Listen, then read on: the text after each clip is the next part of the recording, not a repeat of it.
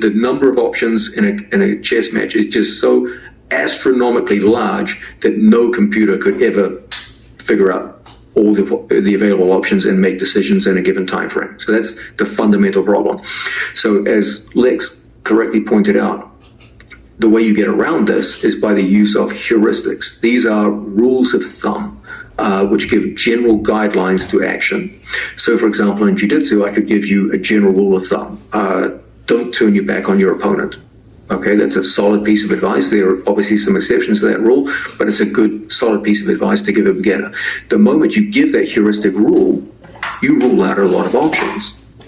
Okay, you've already told someone, don't turn your back on someone. So a lot of possibilities have just been turned away right there.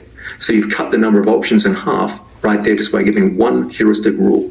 Okay, if you were decent at chess, not great, but decent, and you knew enough to give, say, 10 heuristic rules, you could chop that initially vast number of options down by a vast amount.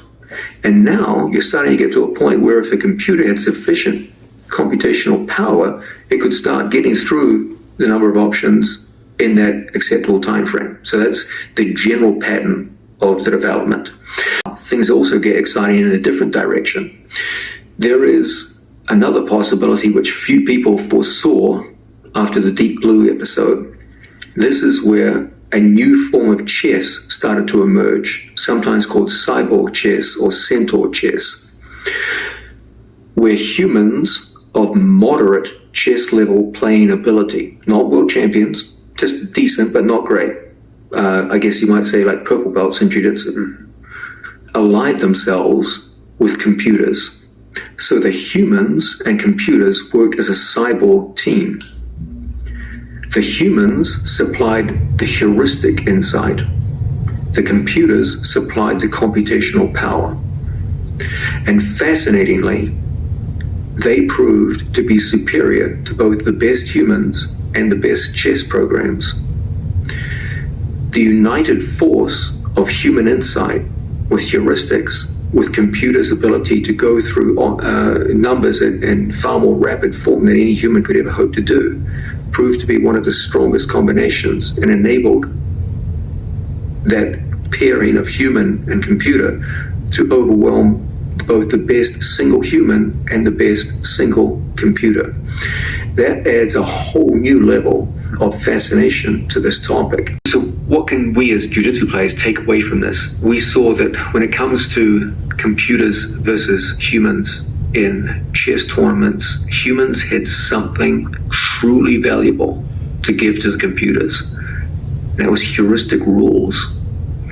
In every coaching program that I run, I make an endless quest to search out and find effective heuristic rules.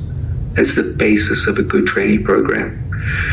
Heuristic rules and principles give vast informational content which can rapidly increase your performance on the mat, just as they rapidly increase the performance of chess computers to overcome their human adversaries.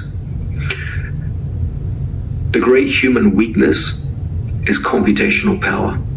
Most people vastly overestimate their ability to reason and problem solve under stress.